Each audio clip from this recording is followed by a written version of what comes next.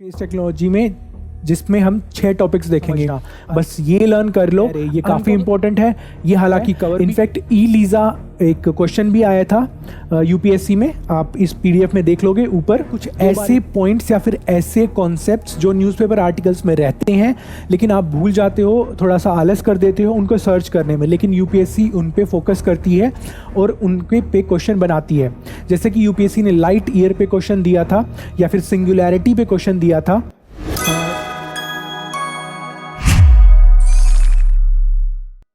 Welcome everyone to platform IAS. इस video का एक सिंपल एम है आपको 10+ मार्क्स का बूस्ट देना, एक एज देना दूसरे स्टूडेंट्स के कंपैरिजन में, जो आपको ये 16 जून का प्रीलिम्स आराम से क्लियर करवाएगा। तरीका रहेगा साइंस एंड टेक्नोलॉजी के वो टॉपिक्स कवर करना जो किसी भी करंट अफेयर्स आर्टिकल्स में कवर नहीं होते हैं, क्योंकि यूपीएससी बहुत सारे टॉपिक्स है जो पूछता है इंडियन एक्सप्रेस हिंदू के आर्टिकल्स में इन डेप्थ जाकर। मैंने अपने पीवाईक्यू एनालिसिस में वो कंप्लीट कवर किए हैं, आपके साथ मैं शेयर करूंगा। इनफैक्ट मैं आपको पढ़ाऊंगा इस वीडियो में स्पेस टेक्नोलॉजी, बायोटेक्नोलॉजी और इंफॉर्मेशन टेक्नोलॉजी के मोस्ट इंपॉर्टेंट आर्टिकल्स हम कवर करेंगे। एंड तक इस वीडियो को प्लीज़ देखना। इसके नोट्स अवेलेबल हैं टेलीग्राम चैनल में, जिसका लिंक है डिस्क्रिप्शन में। So let us start it. सबसे पहले हम स्टार्ट करते हैं स्पेस टेक्नोलॉजी में, जिसमें हम 6 टॉपिक्स देखेंगे। Uncover program, event horizon telescope, ESCAPADE, Euclid, square kilometre array और कॉस्मिक एक्सप्लोरर। अनकवर प्रोग्राम को देखते हैं, वो है जेम्स वेब स्पेस टेलीस्कोप से रिलेटेड। इसका मेन एम है गैलेक्सी फॉर्मेशन और एवोल्यूशन को समझना। बस ये लर्न कर लो।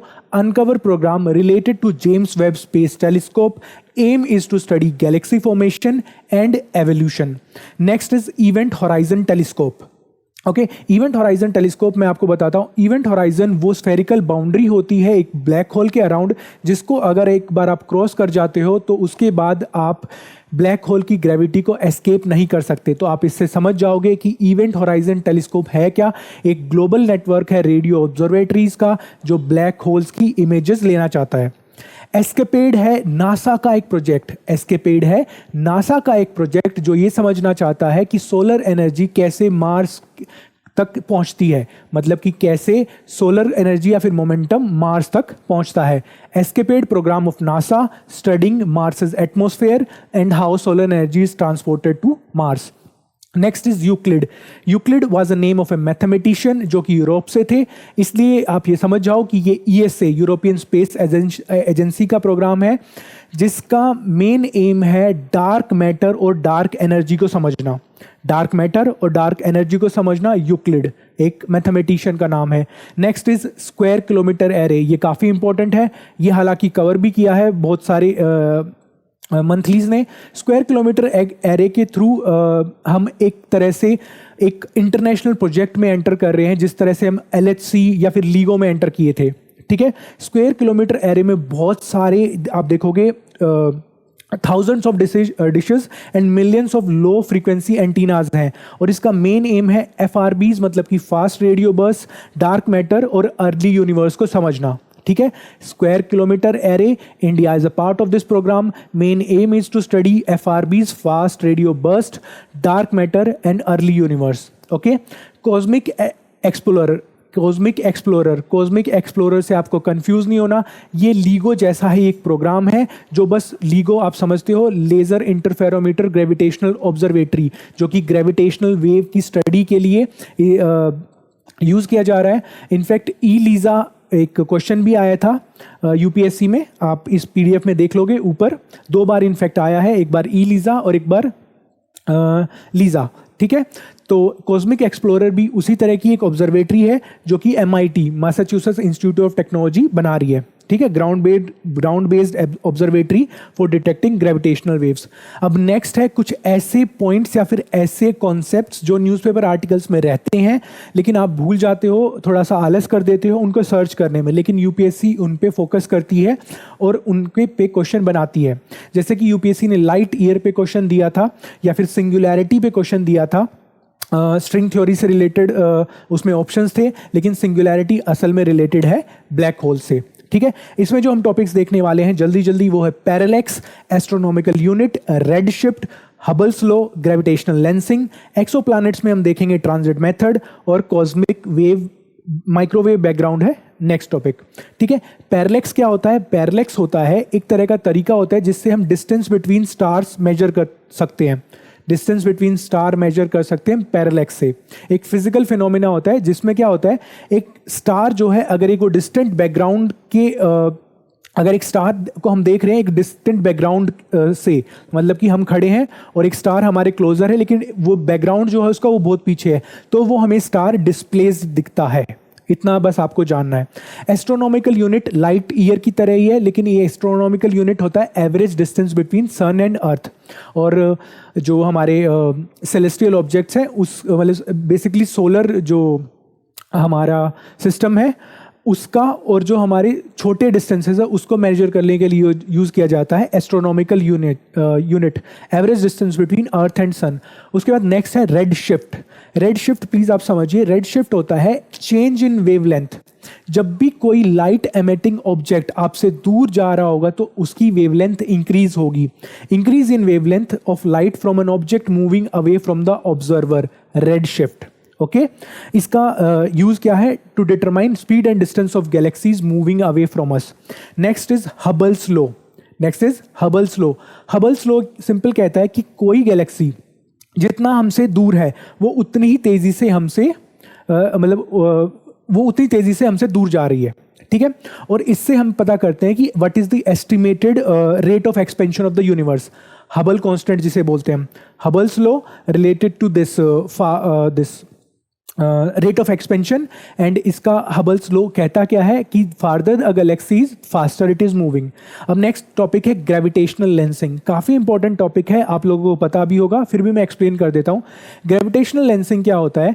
आपको पता है कि पहले हमें लगता था कि जो स्पेस है वो सिर्फ एक सिंगुलर डायमेंशन है, लेकिन बाद में आइंस्टाइन ने बताया कि स्पेस टाइम जो है एक इंटीग्रेटेड मतलब दोनों डायमेंशन इंटीग्रेटेड है और हमारा यूनिवर्स बना है स्पेस टाइम फैब्रिक से।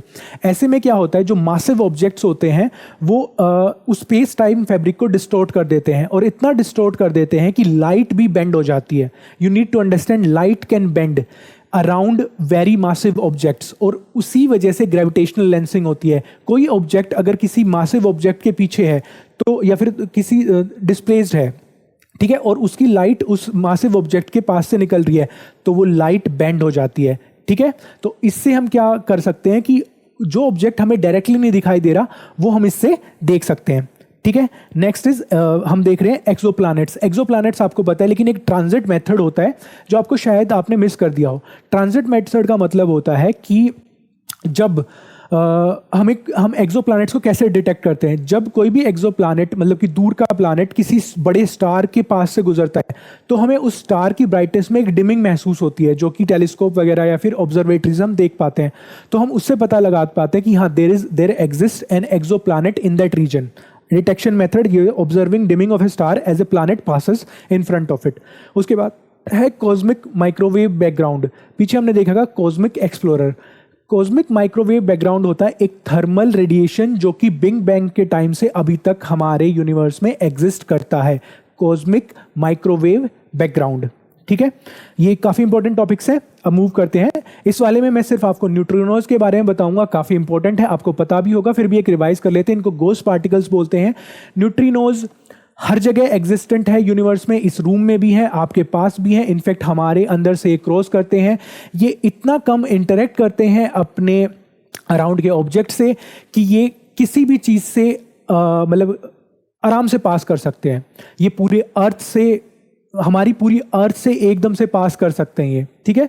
वैसे स्पीड ऑफ लाइट ही होती है इनकी speed approximately, but thing is they do not interact with anything. और इसका बेनिफिट होता है, हम सोच रहे हैं कि इसका बेनिफिट हम ये ले सकते हैं कि हम जो जहाँ से ये आ रहे हैं डिस्टेंट यूनिवर्स के बारे में आप समझ सकते हैं जहाँ से आ रहे हैं, प्लस इसको हम हो सकता है फ्यूचर में कम्युनिकेशन के लिए भी यूज कर लें, ठीक है। Can travel massive distances undisturbed, सब एटॉमिक पार्टिकल्स ही होते हैं, ठीक है। फास्ट रेडियो बर्स्ट आप देख लेना, ये वाला मैं आपको नहीं पढ़ाऊंगा, ठीक है। उसके बाद हम बात करते हैं क्वांटम डॉट्स, डेंड्राइमर्स और नैनो वायर्स के बारे में। क्वांटम डॉट्स के बारे में मैं क्यों बता रहा हूं, क्योंकि केमिस्ट्री का 2023 का नोबेल प्राइज उन साइंटिस्ट को मिला है जिन्होंने क्वांटम डॉट्स के बारे में स्टडी किया है। क्वांटम डॉट्स होते हैं वो सेमीकंडक्टर नैनो पार्टिकल्स जो कि एफिशिएंसी बढ़ा सकते हैं हमारी एलईडी डिस्प्लेज की, डिस्प्लेज जो होती है हमारी टीवी की डिस्प्लेज, हमारी मोबाइल की डिस्प्लेज, प्लस फोटोवोल्टेक जो हमारे सेल्स होते हैं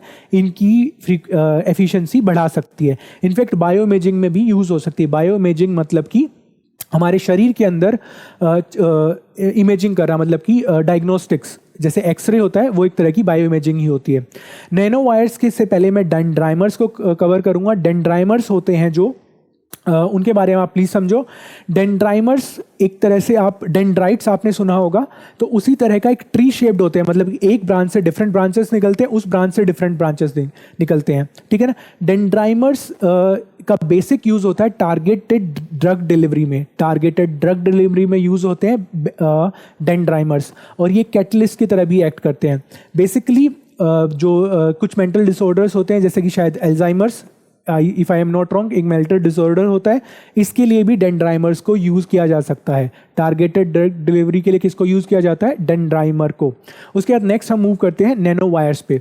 नैनो वायर्स को आप समझो जैसा कि आपको नाम पता है, लेकिन आप यहाँ पे कंफ्यूज नहीं होना है। नैनो वायर्स अलग अलग तरह के एलिमेंट से बनाया जा सकता है, सिलिकॉन, गोल्ड और अदर मटेरियल से। मेन जो इनका यूज है, ये नैनो जो डिवाइसेस है उनको बनाने के लिए यूज किए जा सकते हैं, नैनो स्केल डिवाइसेस के लिए।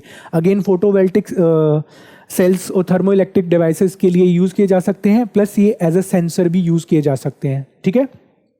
अब हम नेक्स्ट मूव करते हैं हमारी इनफैक्ट इंफॉर्मेशन टेक्नोलॉजी पे। इंफॉर्मेशन टेक्नोलॉजी में दो इंपॉर्टेंट टॉपिक्स हैं जो थोड़े से ऑब्सक्योर हैं, लेकिन यूपीएससी इनको उठाता है, ठीक है। Decentralised autonomous organisation, blockchain, NFTs बार बार यूपीएससी ने पूछे हैं। डिसेंट्रलाइज्ड ऑटोनोमस ऑर्गेनाइजेशन उनसे रिलेटेड है। डिसेंट्रलाइज्ड ऑटोनोमस ऑर्गेनाइजेशंस वो ऑर्गेनाइजेशंस है जो स्मार्ट कॉन्ट्रैक्ट्स पे बेस होंगी। डिसेंट्रलाइज्ड होंगी मतलब उसमें स्मार्ट वोटिंग होगी, कम्युनिटी वोटिंग होगी, उसमें जो कॉन्ट्रैक्ट्स होंगे वो ब्लॉकचेन पे बेस्ड होंगे, और इसमें किसी एक का कंट्रोल नहीं होगा। डिसेंट्रलाइज्ड ऑटोनोमस ऑर्गेनाइजेशंस, DAO, ठीक है। इसमें वो यूपीएससी ऐसे क्वेश्चन पूछता है जिसमें कि आपको 3 जनरलाइज स्टेटमेंट देगा और आपको आसान रहेगा, अगर आपको पता होगा, कॉन्फिडेंट रहोगे आप इसको मार्क करने में। उसके बाद नेक्स्ट मैं मूव करता हूं डिजिटल ट्विन टेक्नोलॉजी पे। डिजिटल ट्विन टेक्नोलॉजी को आप समझो, डिजिटल ट्विन टेक्नोलॉजी का मतलब है एक फिजिकल ऑब्जेक्ट का प्रोटोटाइप क्रिएट करना ताकि हमारे खर्चे कम हो सके, ठीक है। मान लीजिए हमें एक स्मार्ट सिटी प्लानिंग करनी है, तो हम उस स्मार्ट सिटी को बनाने से पहले उसका एक डिजिटल ट्विन क्रिएट कर ले, माइग्रेशन पैटर्न्स एटसेट्रा समझ ले, गार्बेज या फिर वेस्ट ट्रीटमेंट, इन सब के लिए ट्रांसपोर्ट, इन सब के एक मॉडल बना ले ताकि हमें बाद में अगर कोई दिक्कतें आए तो उन चीज़ों को तोड़ना फोड़ना ना पड़े, ठीक है। जैसे इसमें एग्जांपल दिया है, जनरल इलेक्ट्रिक यूज करता है इसको जेट इंजन मॉनिटरिंग के लिए, ठीक है। नेक्स्ट मूव करते हैं। मैं फास्ट जा रहा हूं बट आई एम ट्राइंग कि आपको ये एक बार में लर्न हो जाए। इस पेज पे मैं आपको फ्री स्पेस ऑप्टिकल कम्युनिकेशन के कुछ 2 इंपॉर्टेंट पॉइंट बताऊंगा और इसके अलावा इंडक्शन चार्जिंग और डायरेक्ट टू सेल के बारे में बताऊंगा। Free space optical communication important है क्योंकि यूपीएससी ने नियर फील्ड कम्युनिकेशन भी पूछा है और उसके अलावा VLC भी पूछा है, विजिबल लाइट कम्युनिकेशन, लाइफाई भी पूछा है। फ्री स्पेस ऑप्टिकल कम्युनिकेशन में actually we are trying to communicate through light to a longer distances, but इसमें इशू, पहले इसका फायदा बता देता हूं। सिंस ये लाइट यूज करता है, this is completely resistant to, मतलब इस पे इलेक्ट्रोमैग्नेटिक इंटरफेरेंस का कोई असर नहीं पड़ता है। वहां पे यूपीएससी देगा, आपको लगेगा एक्सट्रीम है, ये एक्सट्रीम नहीं है। There is no effect of electromagnetic interference on free space optical communication. दूसरी चीज है, बट ये अफेक्ट होता है ऑब्स्टेकल से, फोग से, क्लाउड एटसेट्रा, रेन एटसेट्रा से, बट इसकी स्पीड काफी हाई होती है क्योंकि light can carry speed data at a very high rate.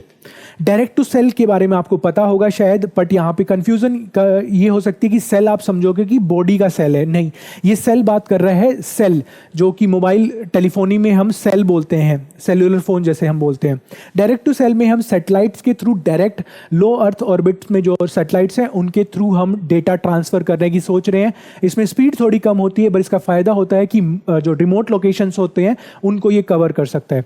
Induction charging के बारे में आपको बता देता हूं, आपने इंडक्शन कुकर देखे होंगे जिसमें कि बिना फायर के हम हीटिंग करते हैं। उसी तरह से एक ट्रांसमीटर कोयल और एक रिसीवर कोयल के through we will be passing, मतलब कि इलेक्ट्रिकल एनर्जी थ्रू एयर और वैक्यूम, यू कैन से, ठीक है। इसमें बेसिकली क्या होगा, जो मैंने बता दिया, सॉरी, ट्रांसमीटर और रिसीवर कोइल। बट इसमें फ़ायदे क्या हैं?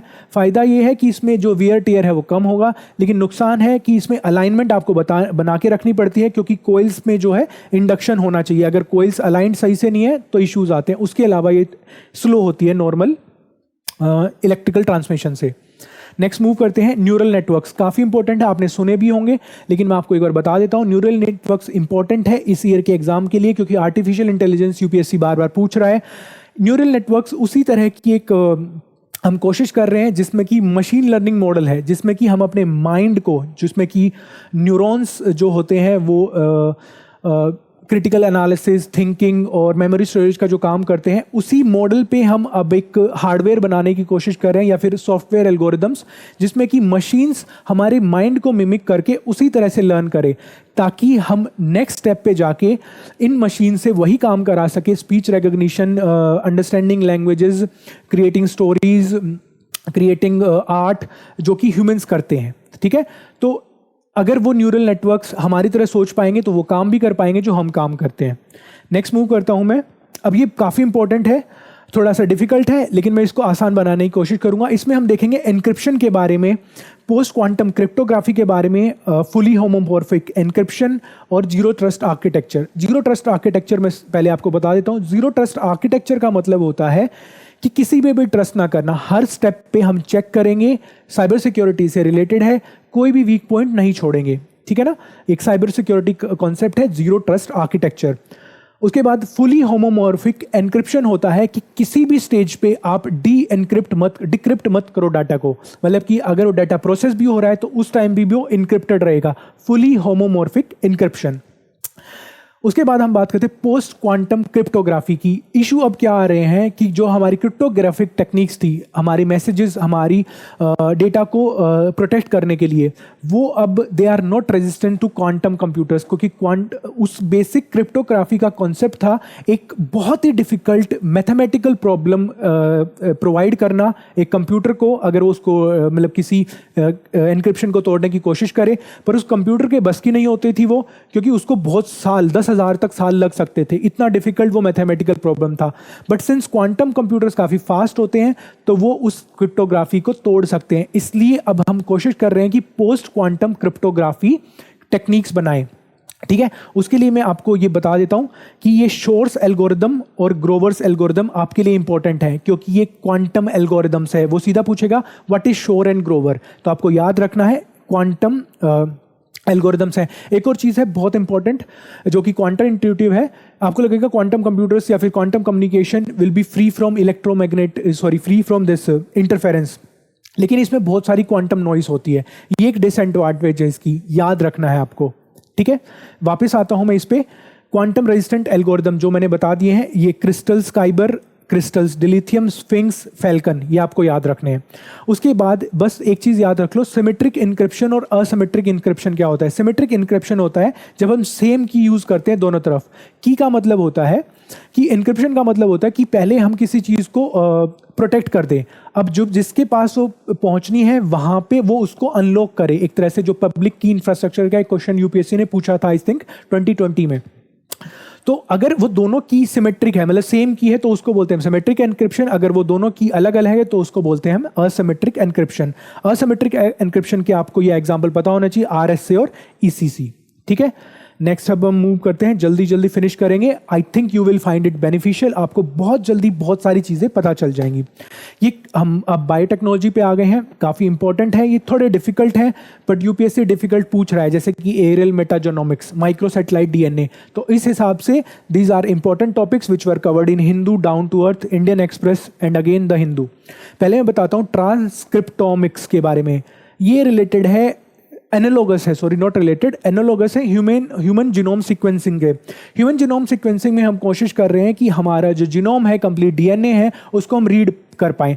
उसी तरह ट्रांसक्रिप्टोमिक्स भी उसी तरह का कॉन्सेप्ट है, जो कि ये देखा था आपने हिंदू में, वो था व्हाट इज पैन ट्रांसक्रिप्टोम, मतलब कि हम आरएनए को समझना चाह रहे हैं ट्रांसक्रिप्टोमिक्स में।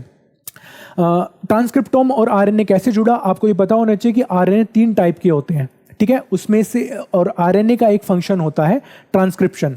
ठीक है। ट्रांसक्रिप्शन होता है मतलब किसी इंफॉर्मेशन को रीड करना। आरएनए असल में जो डीएनए में इंफॉर्मेशन होती है उसको रीड करता है, तो इसीलिए इसका नाम है ट्रांसक्रिप्टोमिक्स।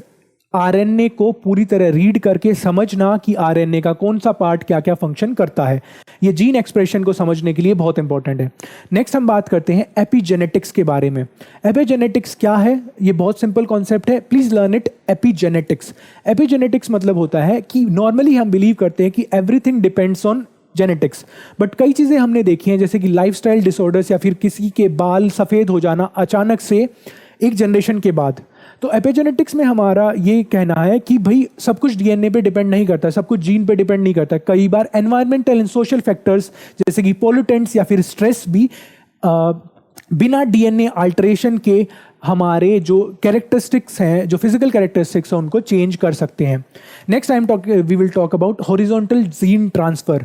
हॉरिजॉन्टल जीन ट्रांसफर काफ़ी इंपॉर्टेंट कॉन्सेप्ट है, इसमें आपको ये समझना पड़ेगा। हॉरिजॉन्टल जीन ट्रांसफर का मतलब होता है जीन्स हम नॉर्मली समझते हैं कि ट्रांसफर होते हैं सिर्फ सेक्सुअल रिप्रोडक्शन से, लेकिन कई बार क्या होता है कुछ वायरल इन्फेक्शन या फिर सेल्यूलर कॉन्टैक्ट से भी जीन्स ट्रांसफर हो सकते हैं। This is the concept of horizontal gene transfer. उसके बाद हम आते हैं सिंगल न्यूक्लियोटाइड पॉलीमॉर्फिज्म्स पे। अभी थोड़ा सा डिफिकल्ट क्वेश्चन है, सॉरी टॉपिक है, बट हिंदू में ये आया था and it is very important. Single nucleotide polymorphism से हम समझते हैं कि जब हमने ह्यूमन जीनोम सीक्वेंसिंग की तो कुछ हमें पता चला कि हमारे डीएनएज में कहीं कहीं जीनोम्स में कहीं कहीं कुछ ऐसे पार्ट्स हैं जो थोड़े थोड़े अलग हैं और वो हम लोगों को डिफ्रेंशिएट करते हैं। कुछ लोग जो डायबिटिक हैं उनके में वहाँ पे शायद वो जीन का पार्ट अलग है, कुछ लोग जो कैंसर से ज़्यादा अफेक्ट होते हैं उनमें वो अलग है, ठीक है ना। तो यही सिंगल न्यूक्लियोटाइड पॉलीमॉर्फिज्म्स हैं, मतलब कि छोटे छोटे जेनेटिक मार्कर्स जो कि जीन में प्रेजेंट हैं उनको समझना और समझना कि कैसे वो पर्सनलाइज मेडिसिन और एंसेस्ट्री ट्रेसिंग में यूज हो सकते हैं, ठीक है। उसके बाद नेक्स्ट है मेटा बारकोडिंग। मेटा जीनोमिक्स आया था, मेटा बारकोडिंग आ सकता है। Meta barcoding is again in fact DNA barcoding आया था और एरियल मेटा जीनोमिक्स आया था। तो ये ऐसा ही कॉन्सेप्ट है मेटा बारकोडिंग, जिसमें कि हम एक एनवायरनमेंट में कंप्लीट डीएनए को कैप्चर करके उसकी बारकोडिंग करके, मतलब कि कुछ पार्ट जो एक ऑर्गेनिज्म का दूसरे ऑर्गेनिज्म को डिफरेंशिएट करता है उस पार्ट को इकट्ठा करना और उस सबको स्टडी करना। आरएनए स्प्लाइसिंग थोड़ा डिफिकल्ट कॉन्सेप्ट है। बेसिकली ये RNA splicing is about how RNAs form in the initial stages, ठीक है। तो transcriptomics, epigenetics, horizontal gene transfer, single nucleotide polymorphisms, meta barcoding और आरएनए स्प्लाइसिंग आई थिंक आपके लिए क्लियर है। ये बहुत इंपॉर्टेंट टॉपिक्स है, प्लीज इनको एक बार पीडीएफ से रिवाइज भी कर लेना। अब इसमें मैं बहुत इंपॉर्टेंट टॉपिक है डिजिटल थेरापेटिक्स, सिर्फ इसको कवर करूंगा, बाकी नॉर्मल टॉपिक्स है जो आ चुके हैं या फिर आप देख सकते हो, आपको समझ में आ जाएगा। डिजिटल थेरापेटिक्स का मतलब है कि हम हाईली एडवांस सॉफ्टवेयर्स का यूज कर रहे हैं नॉन कम्युनिकेबल डिसीजेस जैसे कि डायबिटीज, हाइपरटेंशन, इन सब को समझने के लिए, क्योंकि इन डिजीजेस में डेटा बहुत इंपॉर्टेंट हो जाता है। किस तरह से हार्ट रेट चल रही है, किस तरह की फिजिकल एक्टिविटी एक ह्यूमन बीइंग कर रहा है, ठीक है ना। तो इसके बेसिस पे डिजिटल थेरापेटिक्स जो है इस डेटा को यूज करता है और पर्सनलाइज मेडिसिन या फिर क्योर क्रिएट करने की कोशिश करता है, ठीक है। अब मैं लास्ट पर आ रहा हूं जो कि बेसिक बायोलॉजी से रिलेटेड है।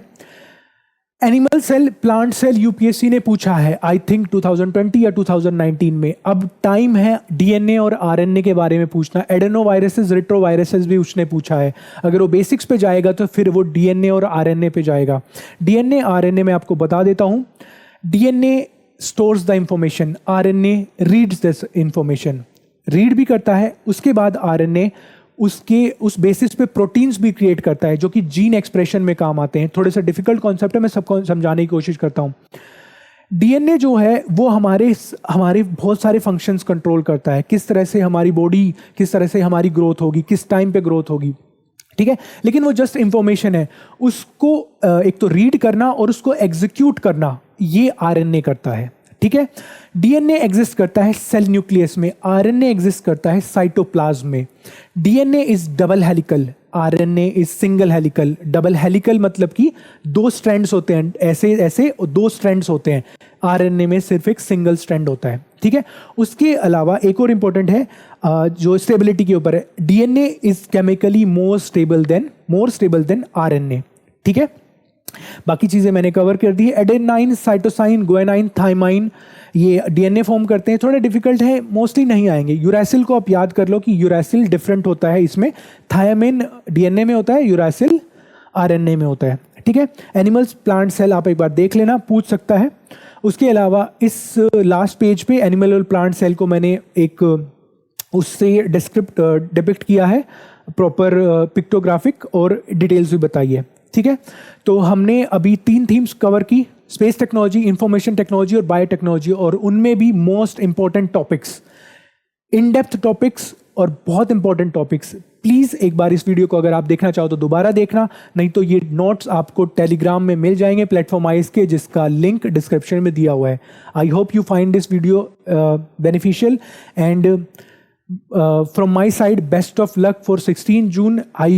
I seriously, I feel that you will do good. Be confident for the exam. You will be an IAS officer in this attempt itself. Okay? Take care. Bye.